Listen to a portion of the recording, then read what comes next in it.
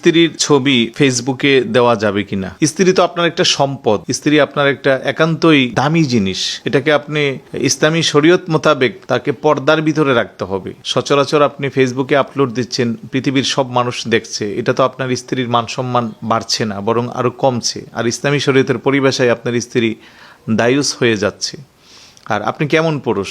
আপনার যদি ব্যক্তিত্ববোধ থাকতো আপনি কখনো এটা করতে পারতেন না, যেটাকে গাইরত বলা হয়। অর্থাৎ গাইরতহীনতা একটা পুরুষের জন্য খুবই লজ্জাস্কর বিষয়, যেখানে সাহাবীরা নিজের স্ত্রীর নাম পর্যন্ত অন্য মানুষের কাছে বলতেন না।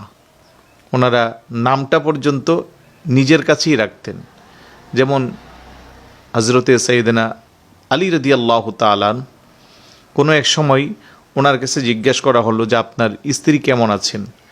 ইসলামের চতুর্থ খলিফা শের খুদ আলী রাদিয়াল্লাহু তাআলা, যিনি জান্নাতের শুভ সংবাদ প্রাপ্ত এবং খুবই জলিলুল কদর খোলাফায়ে রাশিদের অন্যতম সদস্য, তিনি উত্তর দিলেন, যদি তোমাকে হত্যা করা হালাল হতো, অর্থাৎ তোমার রক্ত হালাল হতো, আমি তোমাকে তরবারি দিয়ে তোমার মাথাকে দিতাম। দেখেন, শুধু জিজ্ঞেস করেছে কেমন আছেন। আমাদের সমাজে এটাকে আমরা তেমনটা দোষের মনে করি না, কিন্তু সাহাবারা কতটা গায়রত ছিল তাদের মধ্যে। মুসলিম হিসেবে এমনটা আমাদের দ্বারা কখনো করা উচিত নয়।